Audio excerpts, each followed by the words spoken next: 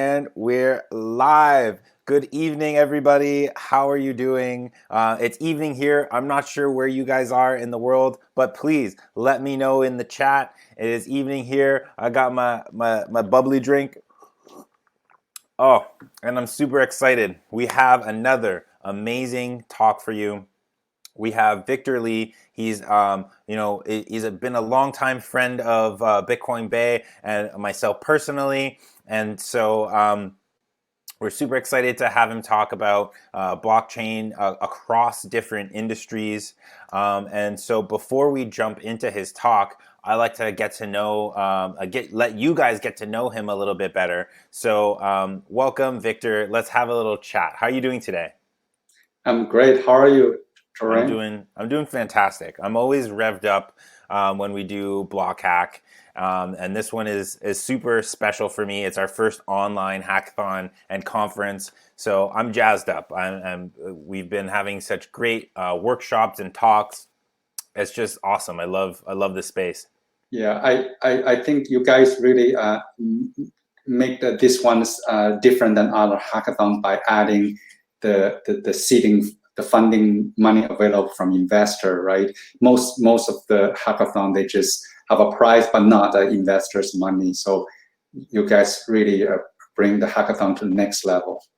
Wow, thank you very much. Yeah, it's definitely been my dream to build businesses in this space, because that's what's going to create growth in this space. So having businesses, and what do businesses need? They need funding. They need to be supported, and so we're here to provide that platform and then to pair them up with investors to get them funded.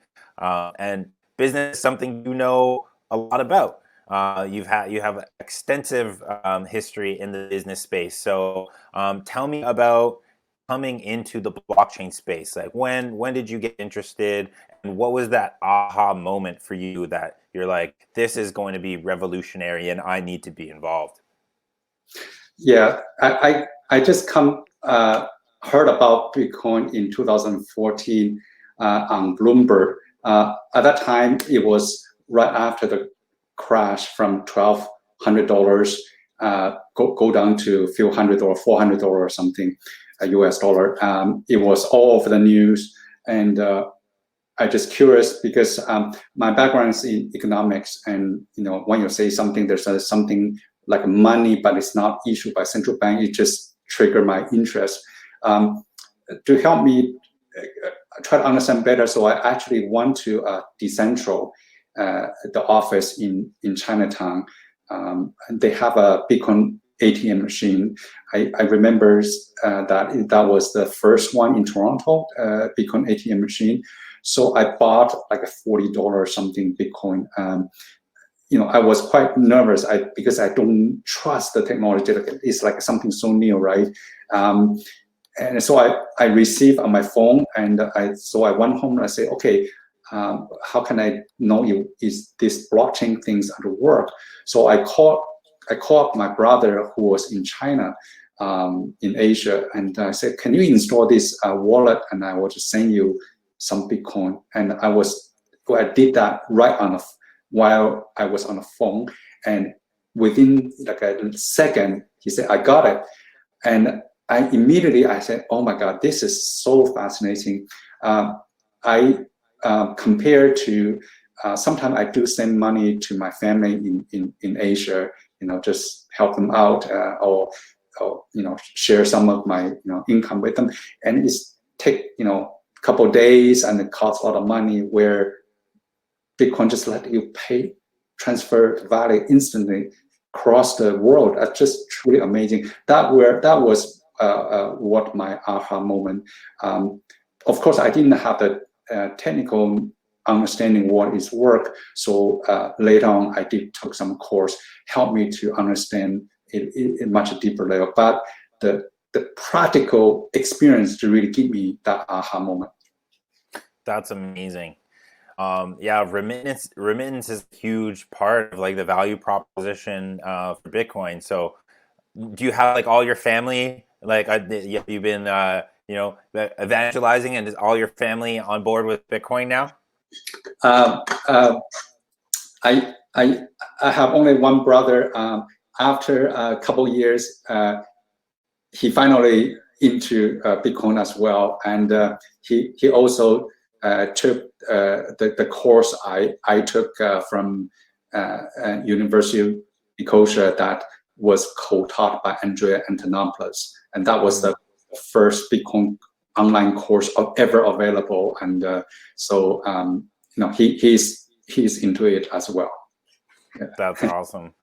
I think we're like right before this next inflection point, because I came in during the last kind of fall, so similar to you, but a few years later, and I've been, trying to communicate these same kind of principles, the easy to transfer, person to person transferring of value, and I try to convey these concepts to my friends and family, and to better or worse, to some more are receptive than others. So how do you communicate these concepts to other people? What's the easiest way to explain the value proposition?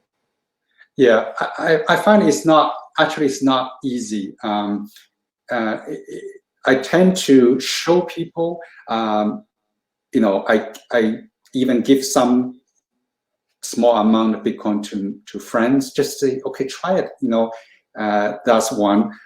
Number two is, compared to digital gold, using the analogy gold, but it's a digital version of a gold that, because of limited supply, and that you can send anywhere in the world, that is a little bit easy. The concept of blockchain is really hard to explain to non-technical people.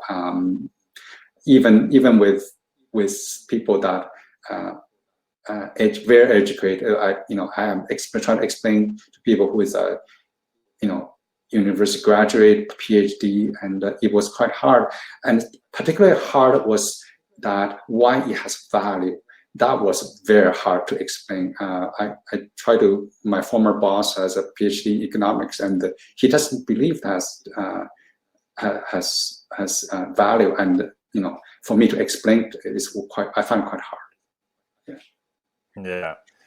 It's an uphill battle, but here we are. We're fighting the good fight every day, and I think it starts with building the things that create the value, and before we know it, they'll just be using blockchain, and then they'll be like, oh, that's what the value is.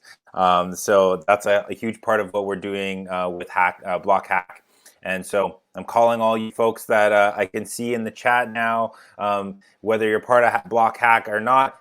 You better get on a team, sign up, and start building the businesses that will drive the future innovation. Hello, Dimple. I see you in the chat. Welcome.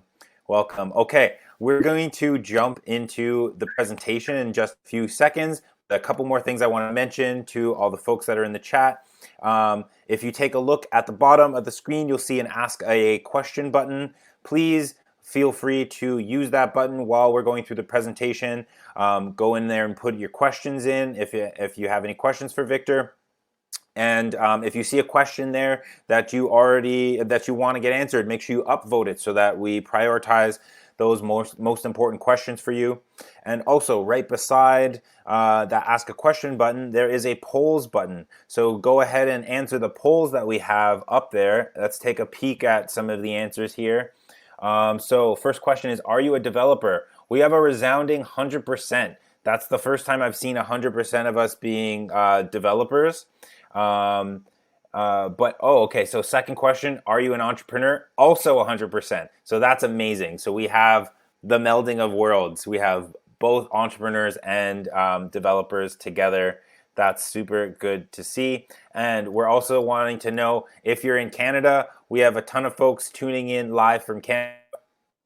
I have been seeing a great decentralization of the conference. I can check the analytics, and I see that people are tuning in from all over the world. But it is evening here. It's morning somewhere else in the world, or it's like middle of the night somewhere else. So they'll probably be watching these when they wake up tomorrow. But that's good to see. I'm seeing some more votes coming in now. We have some folks saying that they're not yet developers. Oh, I think I might have actually read that wrong when I read it originally. Most of the people were not developers, but that's okay. Sometimes my eyes, they just don't work for me. In any case, we're going to check back in on the polls at the end. If you haven't already filled it out, go ahead and fill it out. And on that note, I'm going to leave it off for Victor to take over the presentation. So Victor has been studying the blockchain and cryptocurrency space since 2014. He's taken blockchain courses offered at the University of Nicosia as well as Consensus. He co-founded the blockchain community group at CPP Investment Board. He was part of the blockchain pilot team that conducted a feasibility study on a use case for enterprise blockchains. He co-founded the DeFi Toronto meetup. Earlier this year, he was on a team that placed first prize for Aave in the ETH Global Hack Money Hackathon. And on top of all of this, he graduated with a master's degree in applied economics from the University of Victoria, and he's also a certified financial analyst. So all this is to say, Victor is a veteran with he's a veteran financial economist and investment analyst with 20 plus years of experience in traditional finance as well as blockchain and decentralized finance. And some of the content that you're going to hear tonight is taken from his course that he has for York University. So keep an eye out if you're interested. If you like what you hear tonight, there'll be announcements for his York University course coming up. So I'd like you all to help me welcome with a digital hand clap, Victor Lee. Thank you. All right, Victor, you can go ahead and take over the cast there. Okay.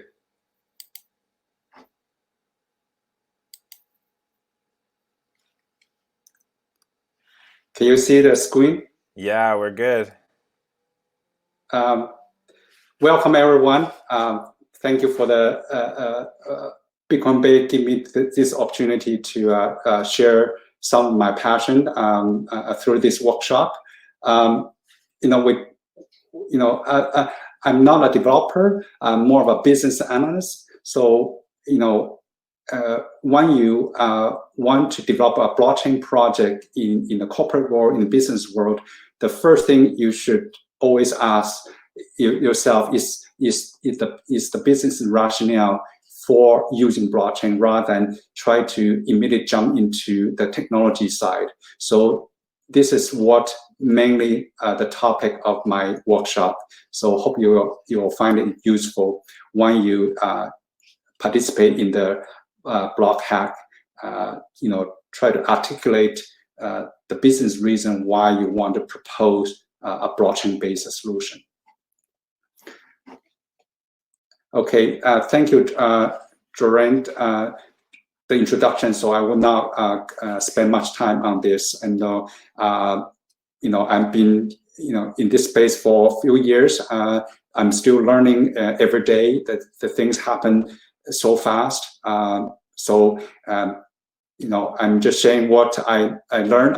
I continue to fascinated by this space, and look forward to learn from you as well. So as Joran mentioned that I'm an instructor and a course developer for the York University's blockchain program. They actually offer two programs. One is a full-time certificate program called Postgraduate Certificate in Back-end and Blockchain Development. And then there's a part-time program called Certificate in Blockchain Development. The part-time program is completely online, where the full-time program currently, because the COVID-19 is done through online. But when we feel safe and school, university reopen, then we will offer in person. There's a lot of demand for a blockchain developer, as you probably saw the news in Canada, in the world. There's definitely a shortage of this talent in the blockchain development. and its pay is much better than other type of new job for entry level graduate. So if you're interested in developing a skill and get a certificate from your university, you can register for one of this course. Joran will post a link in the chat so that you can register if you're interested. Okay, one of the course. So for the blockchain program at York, we have about 6 or 7 instructors, and they're teaching different course. The course I'm teaching is a blockchain application course, and some of the material of this presentation is come from that course. In this course, I will cover the blockchain's property limitation, crypto economics, a little bit introduction to Ethereum and Hyperledger. We'll also talk about game theory and why it's important.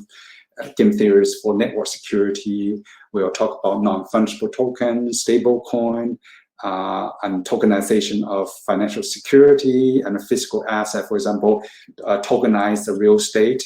And then we'll finish with a course project. Every student has to write a business proposal for a blockchain use case.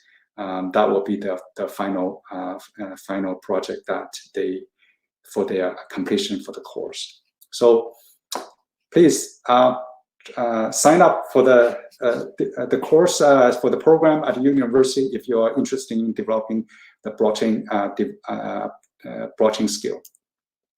Okay, today for this workshop, I will mainly cover some very basic concept like the blockchain's property and drawback and different type of blockchain.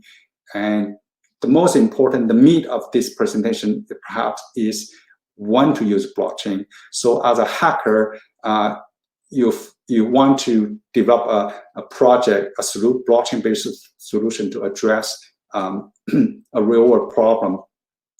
But not every problem can be solved or even preferred to be solved by using blockchain. It could be you can solve a business problem without using blockchain at all. So I want to focus on one is the right situation that you should use blockchain as a solution. And then we can quickly go through some of the popular application in the business world, in the different industry.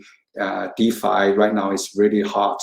And then other pretty promising area is supply chain and healthcare data management.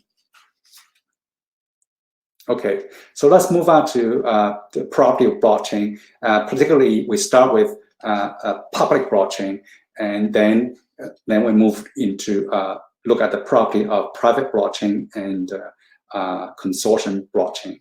So I think most of you already heard this concept. The public blockchain, is consensus-driven, is censorship-resistant. The record is immutable or virtually impossible to change once they add to the block.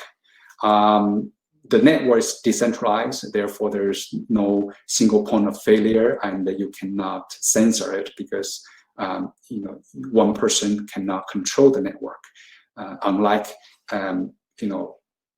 legacy financial system, for example, SWIFT is a payment system, global payment system, but they have to obey the law, especially US law.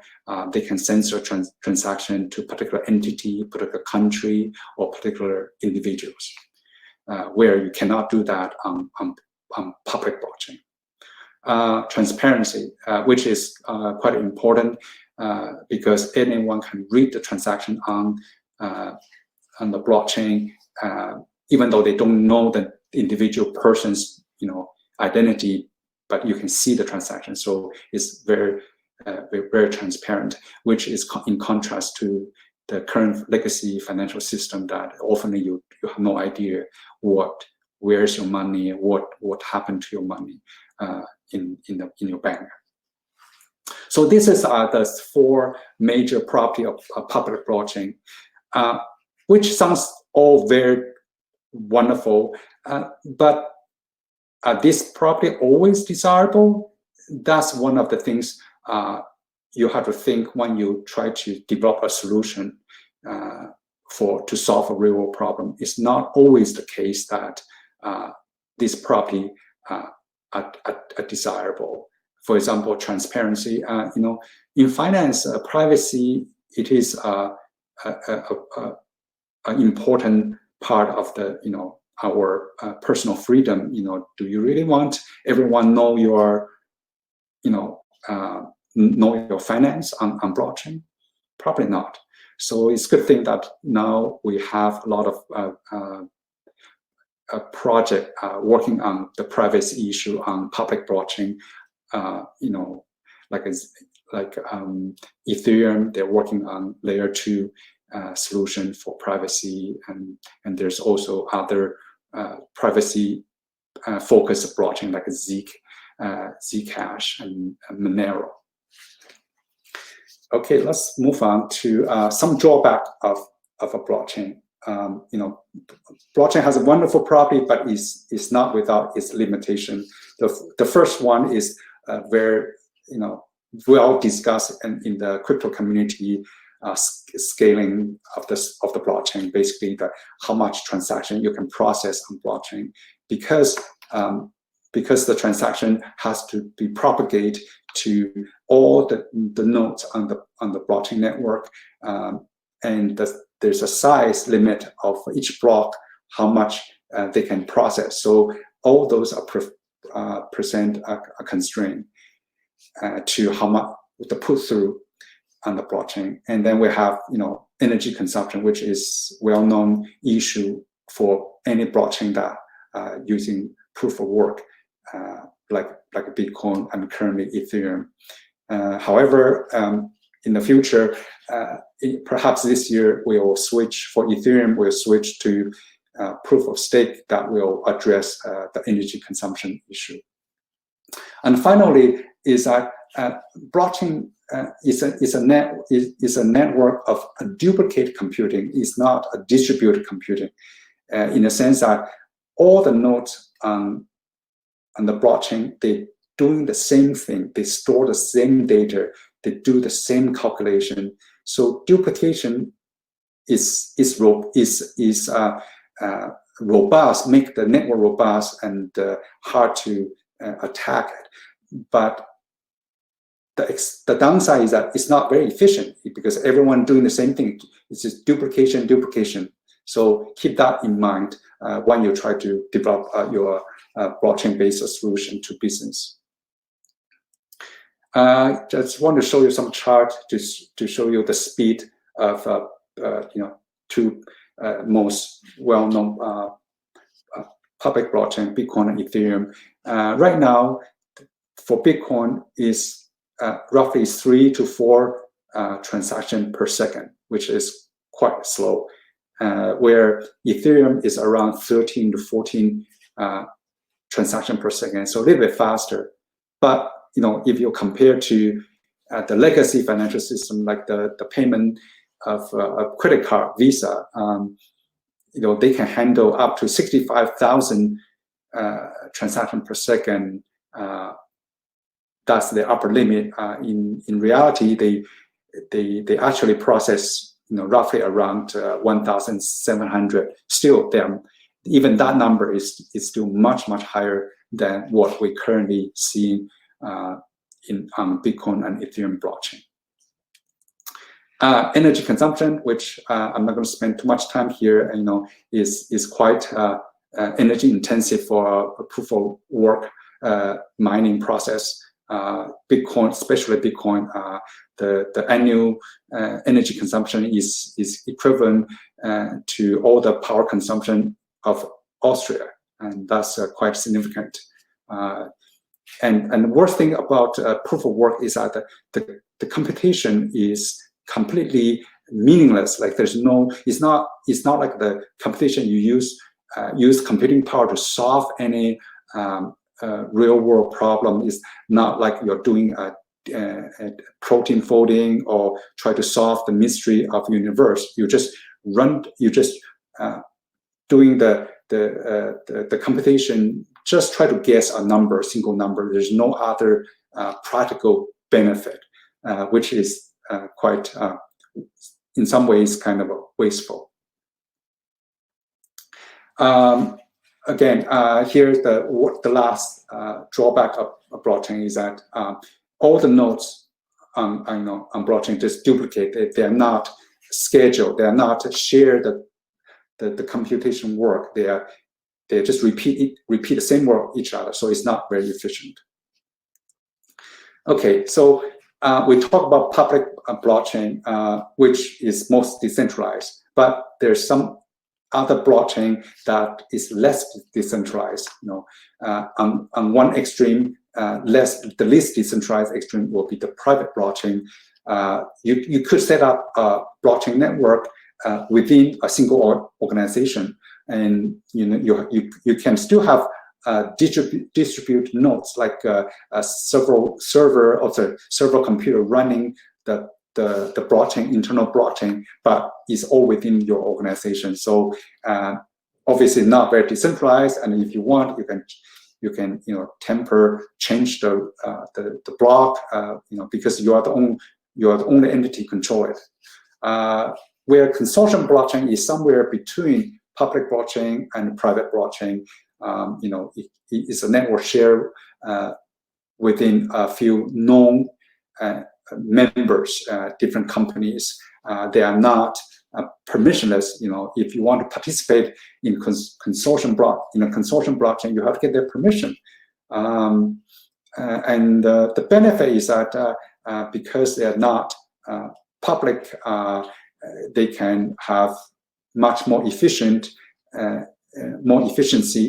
in terms of transactions, because they are not as decentralized as the public blockchain. Okay, now, most important question when you try to develop a hackathon project is to ask, is the situation I'm trying to solve, or the business problem I try to solve, does really require a blockchain? Here is some 6 most important criteria, condition in which a blockchain solution might be desirable. One is that there's a shared database that's used by multiple parties. Then that's a good situation to use blockchain. And for this database, you also require multiple party write to the database. That's second criteria. Is consensus rule easily agreeable? Do they change all the time? If they keep changing, the consensus rule changing from case to case, or is very subjective, hard to agree among participants, then maybe it's not a good use case of blockchain technology. Blockchain is particularly good when you have multiple parties involved in a project, but they don't really trust each other, or some conflicting incentive. For example, buyer and seller, right? Their incentive is not aligned. The buyer want to, they pay the lowest price, where the seller want to pay the highest, sell you at the highest price. So there's some misalignment of incentive. If you have that situation, blockchain could be a good use case. And in the traditional finance, we have a lot of middlemen, intermediary. It can be very expensive, can be time-consuming, and if you can, you're able to avoid them, maybe you can improve the efficiency. That would be a good use case. But sometimes people don't want to get rid of the intermediary because they perform certain function. Then they may be not a good use case for blockchain. And finally, immutability, censorship resistant are the property that make sure it is important to your project. Not all situations that require censorship resistant or immutable record. So at the end of the day, it's all about the trade-off, right? Blockchain offer us a lot of benefit, but it also comes with the cost limitation. So just be aware the pros and cons, the cost and benefit. When you propose a blockchain-based solution, you have to convince your management team, your investor, that the benefits outweigh the cost. Here, there's a lot of decision tree out there that help you guide you through to see whether your use case really require blockchain or blockchain is suitable for your business case or not. This one is the one I like the most. Is fairly easy to follow. It was published last year by academic journal by 3 blockchain computer science professor at the different universities. So I would recommend to when you do your hackathon, you may want to go through this decision tree to see whether do you need a blockchain or not. And if you do need a blockchain, do you want to run it on public blockchain, or do you want to have a consortium blockchain or a private blockchain? So I hope you find this decision tree useful. Okay, let's move on to the use case. The first one is perhaps currently the most popular one you saw all the time in the news is use case in finance. We say the decentralized finance, or DeFi for short. So what is DeFi? What is decentralized finance? There's a lot of definition. This one I found on GitHub probably is the one I think is the most clear and concise, makes sense to me. So Edwin defined DeFi as the movement that leveraged open source software and decentralized network to transform traditional financial product into trustless and transparent protocol that operate without unnecessary intermediary. So the basic the essence of the DeFi is that allow anyone to access to financial service from anywhere without censorship. That's very powerful things that the use case that we see in the finance. What's the problem in the legacy financial service? As we know, is often expensive, slow. If you ever try to send some money to your friend or family in another country, you'll know what I'm talking about. Very expensive, very slow, and also too many middlemen. If you're using banking service, often you involve 2 or 3 middlemen just to finish one single transaction. I will show you the slide in the next couple of slides, some diagram to show you. And other is censorship for your transaction.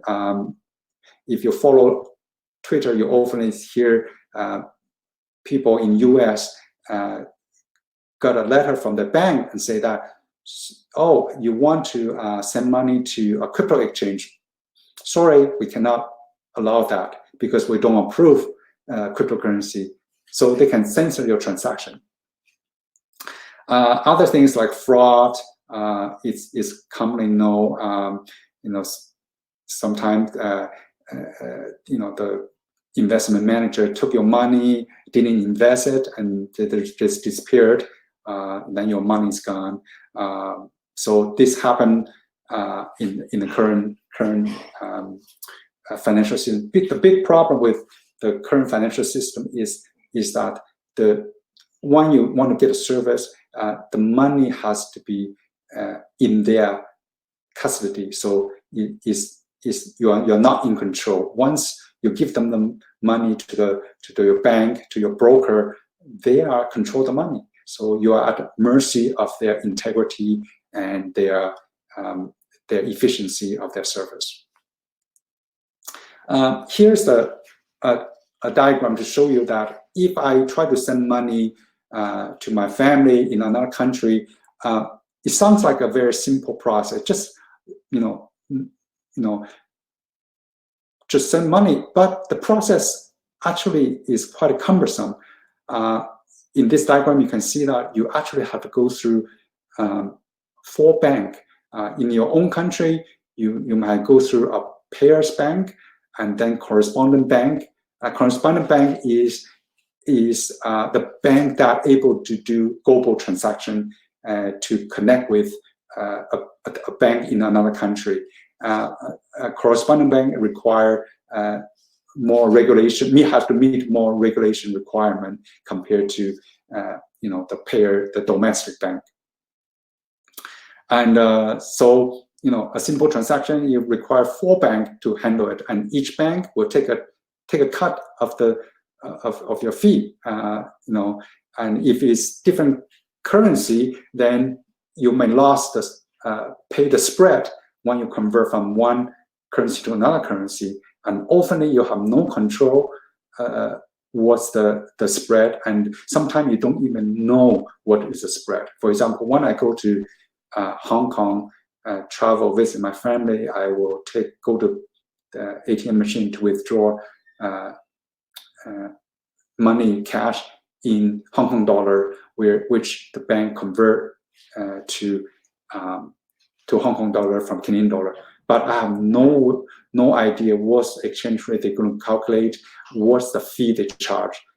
The only time I see that is when I come back to Canada. 1 month later, I received my statement and see, oh wow, they charged me 10% of the fee for that simple transaction, for that cash withdrawal. Financial service. So financial service is very broad, including many categories like payments, lendings, insurance, derivative, exchange, asset management. All these services currently offer in the legacy financial system. Now we see that more and more decentralized product and service that try to replicate the service currently available in the centralized banking system. And so it's very exciting, and so much innovation. Almost like every month, every week, you will see a new project coming out in the DeFi space. So very promising use case in finance. Let's move on to supply chain. Supply chain is also a pretty good use case. You can see why this is the case by looking at the diagram on the left. Remember that one of the conditions that is a good blockchain use case is that it involves multiple parties to have this shared database, and there's more than one writer. Well, this is exactly the situation in the supply chain. You have different supplier, manufacturer, distributor, retailer, and eventually get to the consumer. They all part of this supply chain. They all have their role to play, and they have to depend on each other. They have to trust each other's what they did to provide to the next party on the supply chain.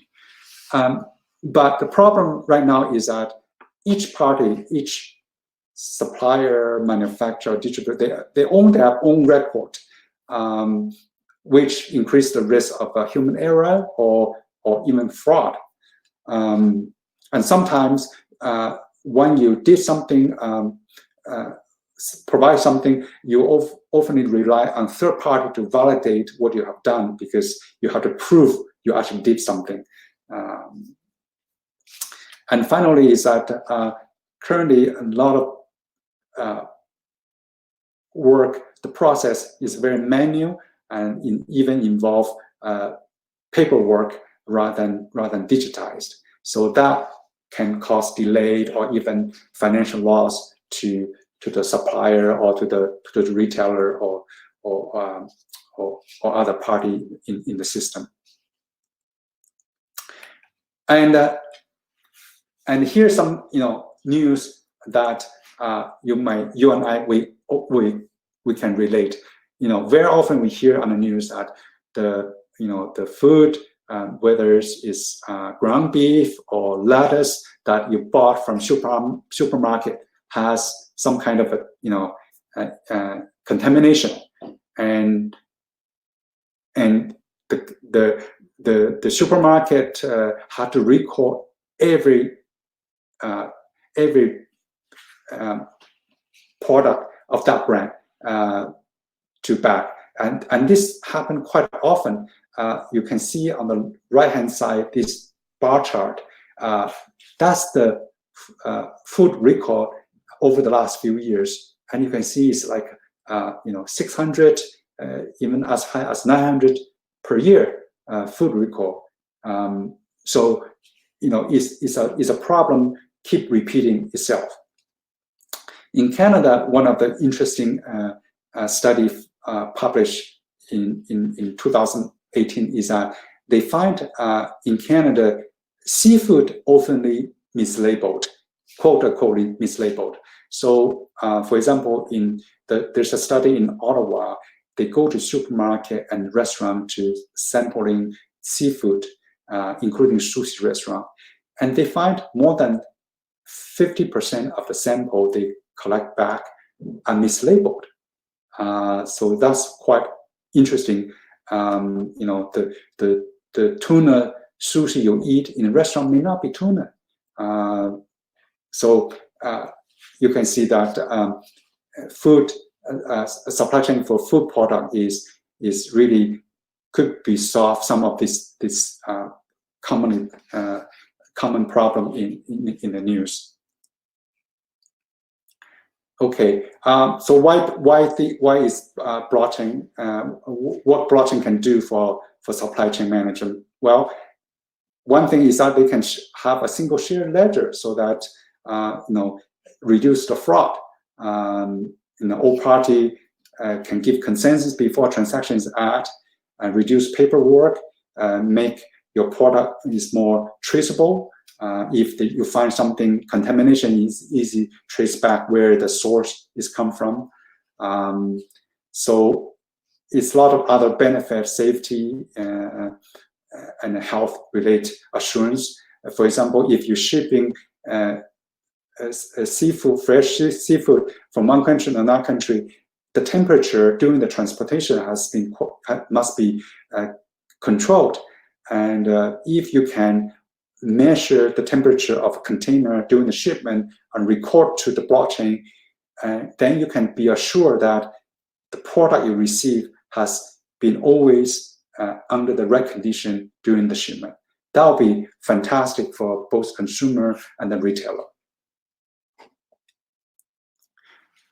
Okay, one of the famous case, a use case of supply chain is used by Walmart. And couple years ago, they teamed up with IBM. They built a supply chain based on Hyperledger, and they did some pilot testing. Particularly, they traced the mango from Mexico and the pork from China. With that system, with that network, they were able to cut down the time that take to trace the origin of mango from 7 days, which is 1 week long, to just 2.2 seconds. So it's really a huge improvement. If there's some contamination, you want to find out where that mango come from. That's much faster. So it's good for the retailer, Walmart, and also good for the consumers because that consumer can go back to buying the mango that's not contaminated because you can identify so quickly. Okay, we have another maybe 5 minutes, let's quickly go through the last industry use case, which is in healthcare. This diagram on this slide is show you how data you as a patient, how your health data has been shared to different parties. I got this chart from a website called the datamap.org, and the original chart, it was created by Harvard University's medical school. And you can see that you as a patient, your health data will be shared with dozens entity, from insurance company, from your employer, from pharmacy, from consultant, even from your real estate agent, home health, life insurance. So all this data has been shared every day, and but problem is that some of the data and what they share are not anonymized. Your name is attached to it, so your privacy could have been violated.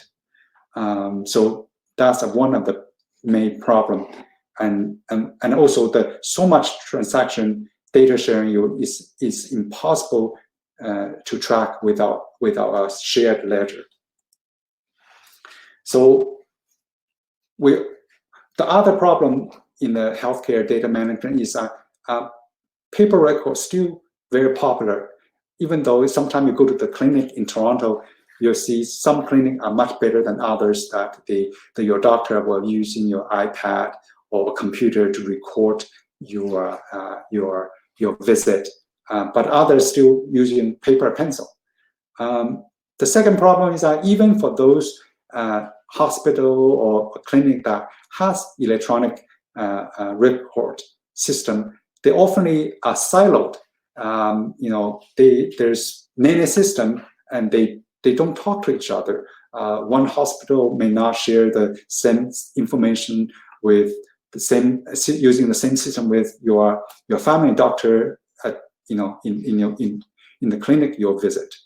So that can cause a lot of problem.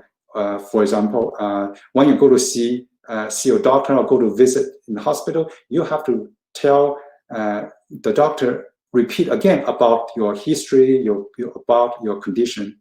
And sometimes the doctor wants certain information you may not remember, and then he has to try to request that information from your other doctors, which can take days or even weeks. So all this inefficiency, this siloed electronic record system, it can cause problem for both health-related or even just administrative-related error. For example, in 2018, that in UK, the National Health Service failed to send out a letter to over 50,000 women for a cancer screening test. It's simply because the IT system failed to send out this invitation. So you can see that there is a lot of inefficiency and potentially health impact from the current healthcare system.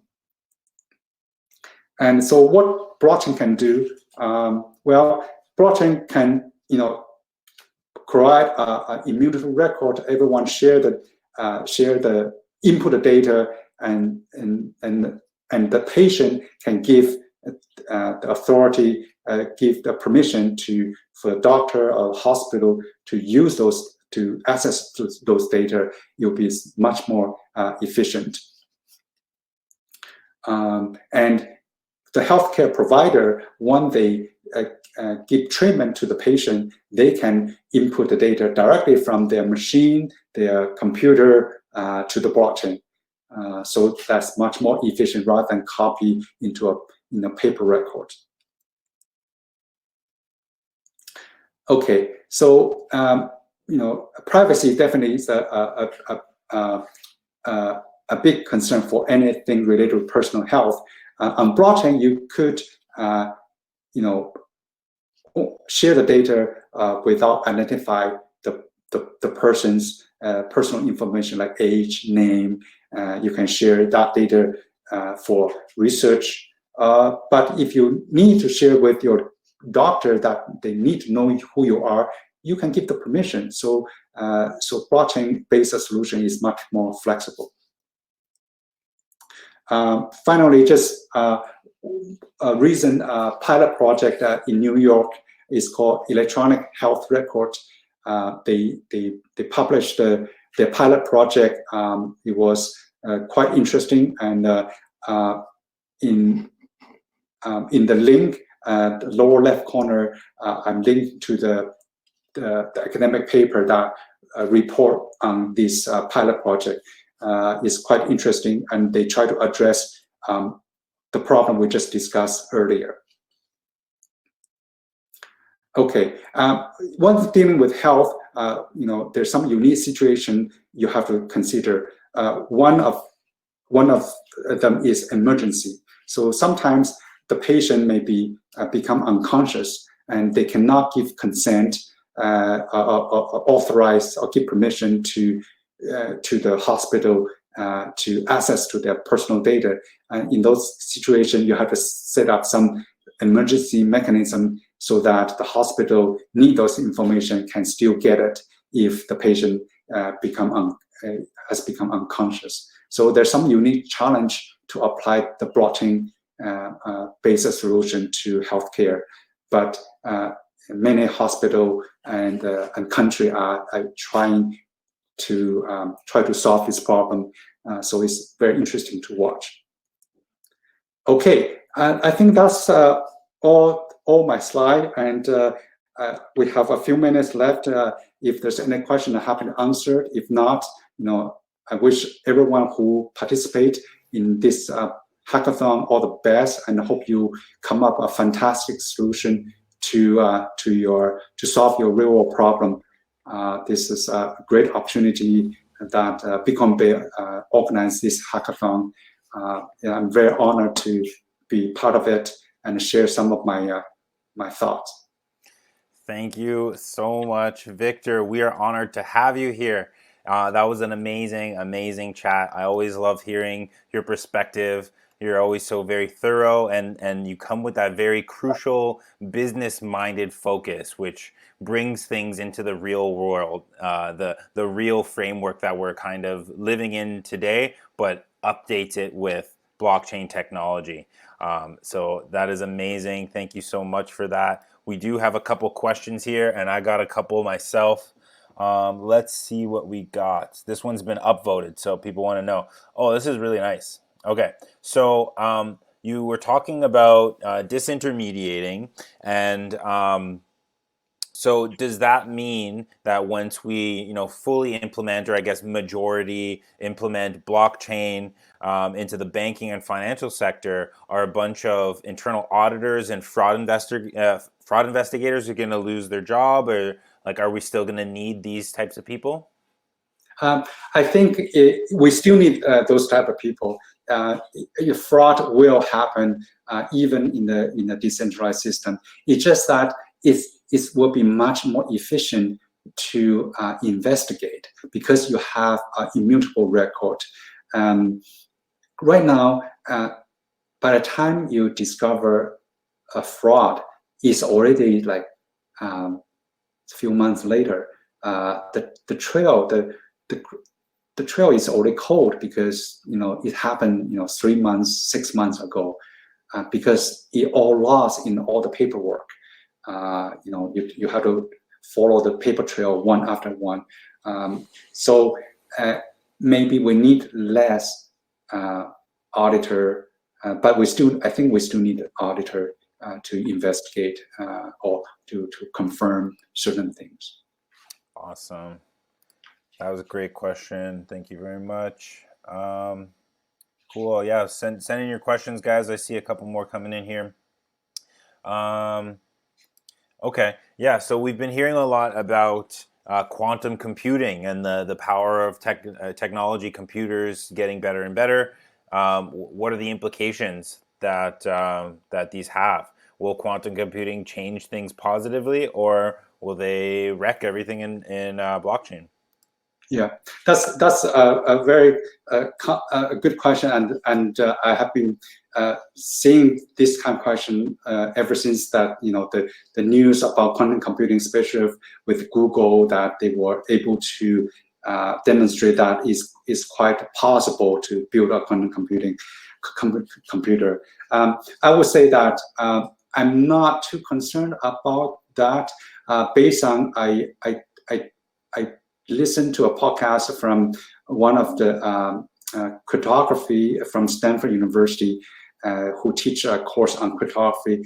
The reason why is that you actually there's development of a quantum resistant algorithm. So by the time the quantum computer is become practical, there will be quantum resistant algorithm that blockchain, Ethereum, Bitcoin can transition to, can use to. So it is not something that I'm overly concerned about. Of course, we hope that those algorithms will be ready sooner than later. If that happens, there's other thing we have to worry about. All our banking transaction will be insecure. That probably is an even bigger problem. All our email, for example, all the security encrypt communication between presidents and their general, the army, those will be. I think that the nation state who control the quantum computer will first to use that for those political purpose. For blockchain, unless Bitcoin becomes so big, I don't think that will be their priority to use a quantum computer to attack blockchain. But you never know, right? If I'm North Korea dictator and I need the money, I may use it. But good thing is that they probably don't have the technology to have a quantum computer. Yeah, such an interesting thought experiment. I've been thinking about that as well, and I feel like it's this perpetual arms race. And it happens not forget about quantum computing. It happens in regular computing. We create a hashing algorithm or some sort of encryption, and then we spend years trying to crack it, and then some of them eventually crack, and then some of them stand the test of time. But the same kind of process is going to happen and is happening now with hashing algorithms and consensus mechanisms. Very interesting though. Yeah, your guess is as good as mine. I'm betting with Victor on this one though. I think we'll be all right. I think there's far better things for them to attack, and I think we're perpetually keeping ahead of the curve, or keeping up with it at least. Awesome question, Louis. Let's see here. More questions. Okay. For health data, any alternatives to Hyperledger-based solutions? Possibly any examples or use case using Ethereum or other public blockchains? I believe Hyperledger is the private Ethereum, isn't it? Or am I mistaken on that? No. Hyperledger is Hyperledger Fabric. Actually, technically, Hyperledger is not a single blockchain. Is a project name under Linux Foundation. It's a consortium project that different company contribute their research on this topic. Primarily is for enterprise use, and so there's actually 4 or 5 blockchain framework under the Hyperledger project. So the most common one is Hyperledger Fabric, but there's also others platform as well. So far, for enterprise use, I would say Hyperledger probably is the most commonly used because it's not you can control the privacy easier compared to say right now on Ethereum, and also there's a lot of tool available, so you don't have to build everything from scratch. That's what I'm not a developer. That's what I heard from friends who work in this field, is that if I want a quick deployment, Hyperledger tool, giving me that tool for very quick deployment. If I want to control what is private, what is non-private, it's much easier using Hyperledger. But if there's any developer want to share their thoughts, I think I'm probably a little bit out of my depth here in terms of technical side. Awesome. I just remembered, I was thinking of Quorum, which is the private implementation of Ethereum. Yes, Quorum is, but my understanding is that Quorum, it has the privacy side, but it was developed primarily for financial service. If you remember, JP Morgan is the one who developed it. Now they sold, the Consensus took over the Quorum. So we'll see more, maybe we'll see more enterprise use when they want to develop a financial service related solution.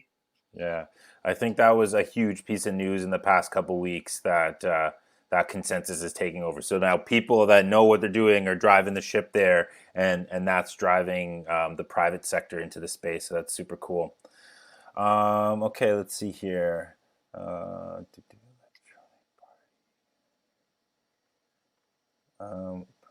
Oh, interesting. Okay.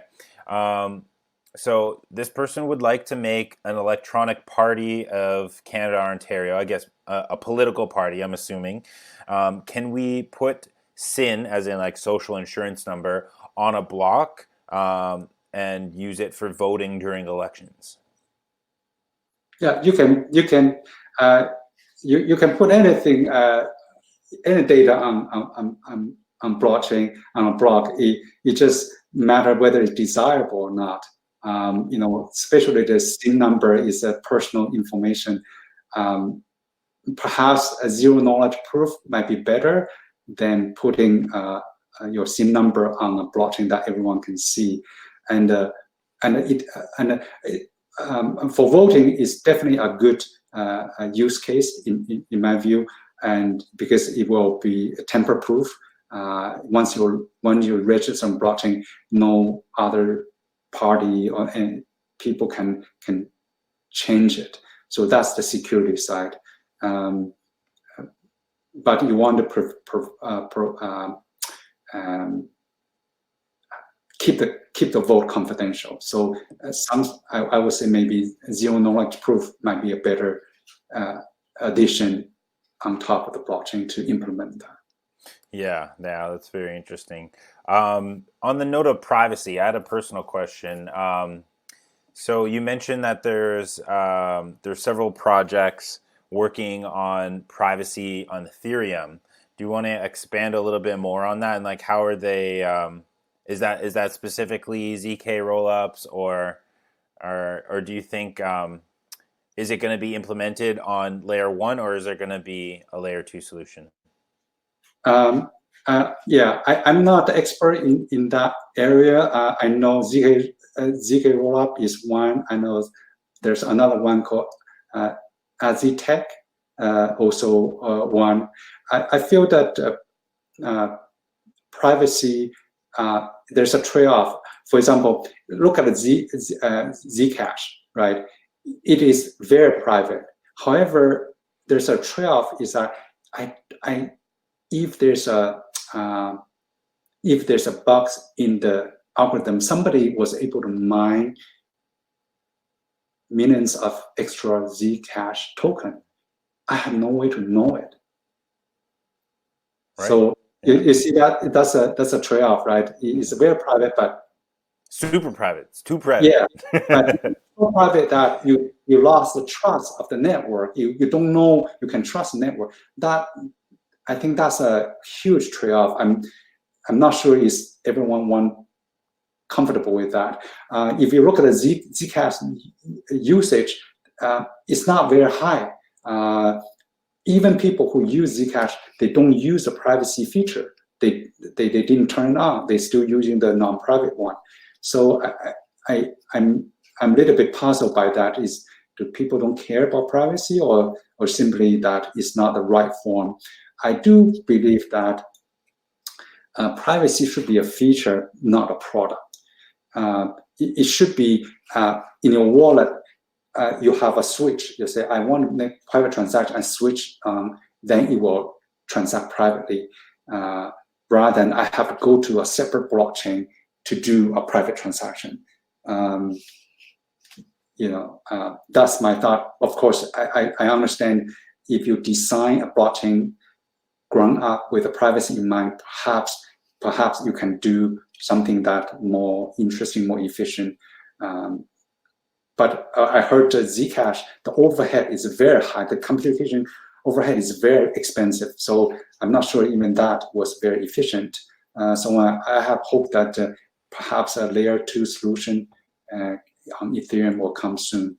And ZK Rollup is already dealing with that to some degree. Awesome. Yeah, on the note of privacy, again, like I think currently in our system, and I mean, we've seen it a lot, the data breaches and the amount of transparency that corporations and government have into our personal lives. I feel like that is a inverted power structure. I feel like blockchain is going to help flip that power structure, and I think we should have more transparency into the corporate world, more transparency into the government world, and less transparency, like more opaqueness and privacy in our own personal lives. And I'm really excited to see the projects that are coming out that flip that power structure for us. Yeah, definitely. Unfortunately, that all this talk about central bank digital currency, that might one step backward, that even invade even more privacy of individuals. Yeah. So I hope some country will come up with a better solution that you can have a balance between privacy and efficiency. I know there's benefit for central bank issued digital currency, for example, maybe can collect more tax more efficiently, maybe can execute a monetary policy more quickly. For example, if you want to give citizen everyone $2,000, you can just directly from central bank just put the to citizens' wallet directly. Don't even have to go through the bank. But right now is everything have to go to the bank. The bank have to take a cut. All the fee efficiency lost. Yeah, I mean that's a huge benefit, but also like the flip side is any kind of infinite, as we're seeing today, any kind of where you can create value out of nowhere, seemingly nowhere, is going to create effects down the line. Yeah, it's a crazy time we're living in. But it's an exciting time. It's exciting, yeah. It's exciting and terrifying. I love the combination of those two things. Exciting and terrifying, absolutely. Yeah. Oh man, I love this conversation. Let's see some more questions. Okay, yeah. So we have a non-technical person in the crowd. They don't know any programming languages. They want to know if a blockchain course can be done by them. I'm not sure if they're referring specifically to the York University course or a blockchain course in general, but maybe you can touch on both. Yeah.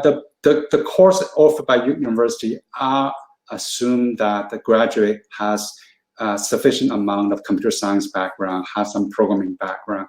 So if you never learn any programming language before, like the one mentioned, Python, perhaps it's better to take some programming course first before you jump into do the blockchain program. That's what my suggestion. But there's other developer maybe have more insight than me. I'm not a developer, so that's my perception. Awesome. But I mean, you're a bit of a, he was talking about free, they were saying, someone suggested to use Free Code Camp. And yes, I can attest to Free Code Camp. It's amazing, gives you a nice baseline and that you can build on and potentially take a higher level education course. And also, Victor, you're a perfect example of a non-technical person that is very proficient in blockchain technology. So it depends on your goals. To the person that asked the question, what do you want to do? Do you want to be a coder and build blockchains, or do you want to work in the industry and understand it on a fundamental level? It's very different, for both cases. Cool. Let's see here. Oh, okay. So Vishen wants to know, for health data, how would a blockchain solution handle large data files like medical images? Yeah. So it's very inefficient to store large amount of data on blockchain because it's very expensive and slow. So far, the trend I saw is that you only store the hash on the blockchain, and the data itself is actually stored in platform like IPFS. Is off chain, but is decentralized, is encrypted, and that tend to be the solution I saw. Yeah, I think it's a bit of a misconception for folks coming into the space, like putting everything on the blockchain and like having infinite transparency into everything. But yeah, it's like you said, we're not completely getting rid of the old legacy system, the data farms that we have, massive warehouses storing all of this data. We're not going to be like, oh, let's put it on blockchain now. They're still going to be there, but we're going to access them in more secure and opaque when we need them ways. I think that's important to highlight. Yeah. Also, you just hash the entire documents into a single hash, which is only maybe 64 digit number, and you just store the hash, which is very efficient. And if anyone temper the file, the hash will change. Then you immediately know that has been tempered. Mm-hmm. Awesome. Okay. Do we have any more questions from the audience? Cool. I'm not seeing any there, but I have another one from my own stash here. I made some notes while you were chatting. Okay, so you mentioned something that got me thinking. You said like a good use case for a blockchain business idea is something that disintermediates. That totally makes sense to me. But then you brought up a point where somebody might not want to disintermediate something, and I hadn't thought of that. I thought taking intermediaries out wherever possible should be done. But can you think of instances where we might not want to disintermediate? Yeah, I actually have exact real experience. There's one pilot project was involved, and we tried to say, can we disintermediate the middleman, which is our investment bank like JP Morgan, like other bank. It turned out that they perform one function that the portfolio manager rather not to do it. That is the KYC. Apparently, if you fail to do the KYC or do the anti-money laundering, you can get a fine quite substantially by the regulator. And a lot of institutional investors rather not bear that risk. And so in some way that bank willing to do it because there's profit for them. And so some people may not want to take that that responsibility in-house if they get rid of the middleman, the intermediary. That said, one of the possible solution is that instead of go through investment bank like JP Morgan do the KYC or a anti-money laundering check, is that you have a third party just doing that, so that you unbundle them, so that the JP Morgan you can get rid of JP Morgan for other function, but you still can hire a third party to do the KYC for you. Yeah, so one of the early on kind of concepts that I thought was fascinating about blockchain was the concept of a digital identity, and tying that to private keys and stuff like that. So do you see a potentiality of still having KYC, but like a digital identity built out so robustly that it can act like in a a decentralized way where I can expose parts of that identity so that it can act as enough of a KYC, but I don't need to give away everything. And in that way, maybe we can disintermediate? Yeah, I think digital identity is really a very promising use case in this area, which I wish I have time to cover. But that use case you just described make a lot of sense, right? And zero knowledge proof that, as you say, that if somebody want to know whether you're old enough to buy alcohol, all they need to know is that whether you're above 18 or not, right? They don't need to know your address. They don't need to know, your actual age. Even the actual age, they don't need to know. Right now, is we have to provide everything. Every time you open an account with one broker, with one bank, you have to tell the whole damn history. It's like every time you provide those information, means that you are at a risk of that their server being hacked, and then there's identity theft. Right, so it's just not very good system. Legacy system is really, yeah. That's awesome. Thank you so much. I was just making a comment here. There's a question that I'm not too sure. They're asking about what work are they doing in Estonia. So I'm going to ask them what work they're referring to. But there's another question here. First of all, they say thank you for your talk. And they're also wondering about the rise of NFTs and which industries do you see NFTs being impacting in the near future? Yeah, NFT is quite so we see the rise of stablecoin, which make a lot of sense, and NFT is also very intriguing use case. You think about the world we live in, all the objects we're using in our life, most of them are non-fungible, right? Very few fungible. Money is one of the few things that is fungible, but a lot of things, think about your house, it's not fungible. The car you owned, maybe before you drive off the parking lot, it is fungible, but once you drove off the parking lot, your mileage, your accidents history is become non-fungible, right?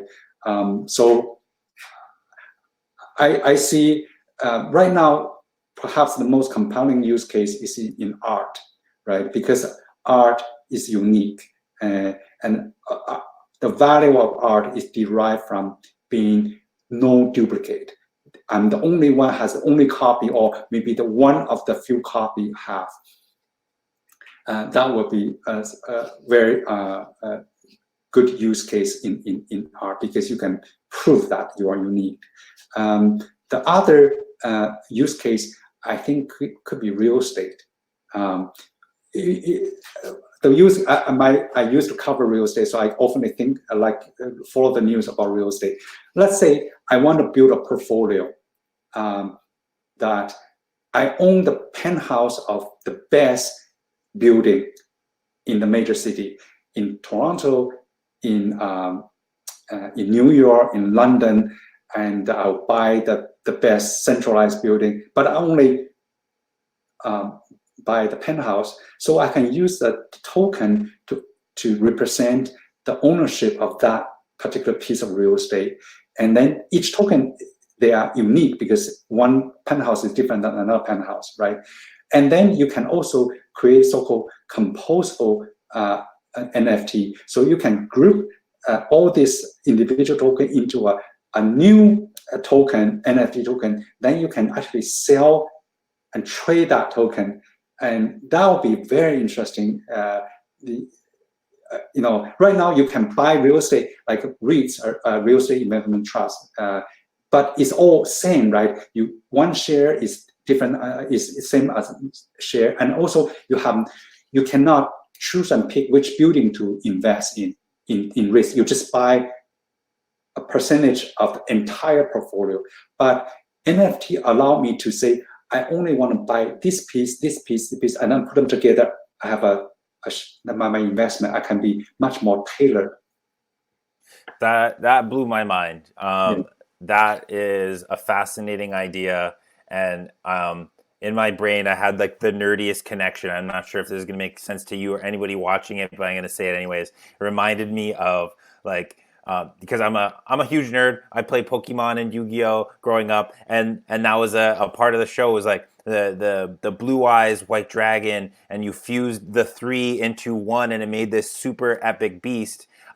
And so that's like what I think of first of all when with NFTs is like collectible trading, card games and video games and stuff like that. But you just brought it into the real world. I could buy 3 pieces of real estate around the world and then combine them using the polymerization card into one asset, and then that could potentially increase the overall value of them, and I could sell them as one asset if I wanted to later on. That is super fascinating. Thank you for planting that seed in my mind. Okay, there is one more question, and we got a little bit more of clarification. I'm not sure if you know about what they're referring to, but they're asking, what do you think about the work they're doing in Estonia? And apparently they're moving their entire financial industry or onto the blockchain is what they seem to be suggesting here. So do you know anything particularly that's going on in Estonia? Yeah, I'm not familiar.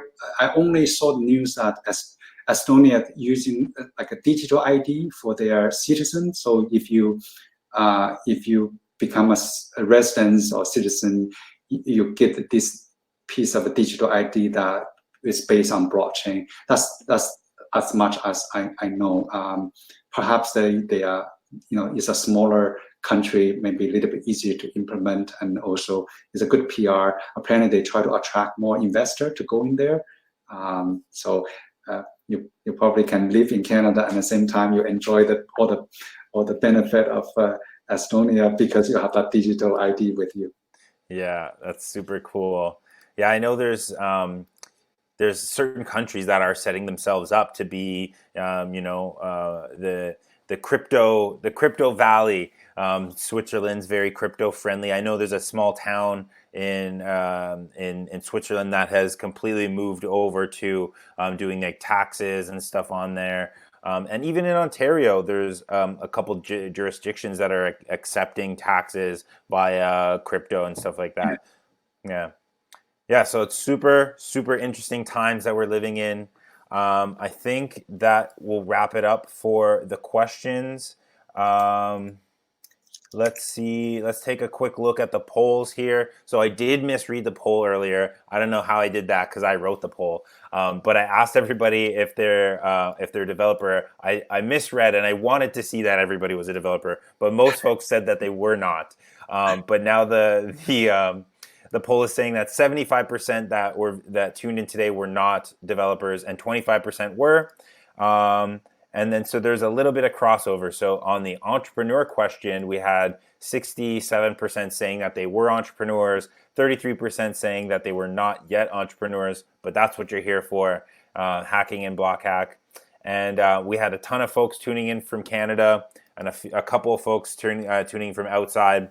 And I'll check back on this in a day or two and see on the replays where all over the world people have been tuning in.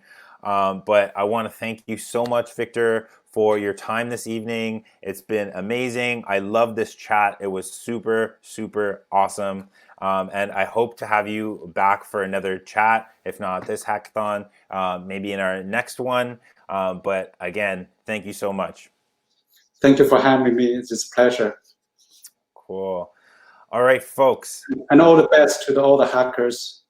Yes, thank you. Oh, you know what? I'm going to ask you one more question because we mentioned that your team won first place prize in ETH Global's hackathon. Do you want to tell us a little bit about that project? And you're not a non-technical person, so how did that work, being on a team and not as a technical person? Yeah, so that project is with team up with several people from Bitcoin Bay. Ed and Joseph was part of team. So we're really happy to have that experience and win the prize. the idea is actually come from my personal experience. So I took some MOOC course, and but I only complete a few of them, and the rest of them I just halfway I just stopped. And partly because it's I'm not in school anymore, so it's sometimes you just but I know there's a lot of MOOC courses actually is university level course, and it can really benefit younger people. But the completion rate has dropped over the last few years, dropped from 10% to less than 4%. So it's really it's not a good trend, right? It's maybe it's good. I want to come up with some mechanism to encourage people to complete. It's good for the world, good for the society as more people become more educated, access to very high quality content. So that's one reason. Second reason is that saving. I know how hard these days is to save, because the interest rate at the bank, you look at your bank saving account, it's like quarter percentage a point is minimum. Is in the broker account, which I have with TD Bank investment, direct investing, any cash is zero. It's like they just keep it there for free, so at the same time, younger people, when they graduate, they make some income. And it would be nice that they can have more incentive to save, because they need maybe they're going to have family, they have children, and eventually they may want to buy a house. But if you tell them to say, oh, save some money, but you only earn 0.2% interest, it's just very discouraging. So that two ideas, that I want to incentivize people to save and incentivize people to learn. So that's the project's idea. So we basically, the idea is that when people take the MOOC course, they will stake in a certain amount of money, small amount. Right now, to get a certificate in Coursera is about $130 per course or something like that. Then you can stake. So you can stake upfront, and the course, let's say, lasts for 3 months, 4 months, and those stake pool, we can lend them out and compound our RV.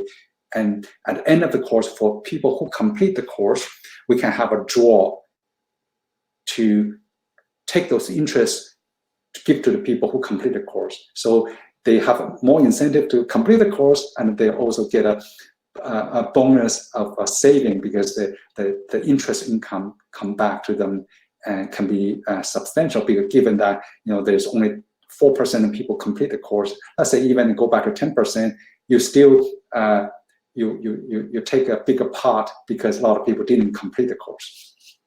Wow, that is fascinating. And so this was your idea, and your you did the research, and you had the business side of this more figured out, and then you allowed the technical team to implement. Is that correct? Yeah. So we have a good team try to design a front end. Ed is very good designer in how the flow from one screen to another screen, and then we have other developer working on the smart contract. So yeah, it was a very interesting experience for me. That's awesome, guys. So take it from Victor. You don't necessarily need to be a developer. We need entrepreneurs. We need designers. We need marketers. And that's what we're doing here, folks. We're bringing people from all these different disciplines together, so that we can build a holistic business that is going to carry on after this hackathon. So again, thank you so much for that piece. I almost forgot to ask you about that, but that was amazing. Thank you again, Victor. I appreciate it. And so, folks, that wraps up our workshop and talks for the day. But we're not done. We're not even done week 2 yet. We have, in 2 more days, on Sunday, we're going to have some more amazing talks for you, and I look forward to it. But until then, I'll see you on the Discord channel, and I'll see you in the next workshop.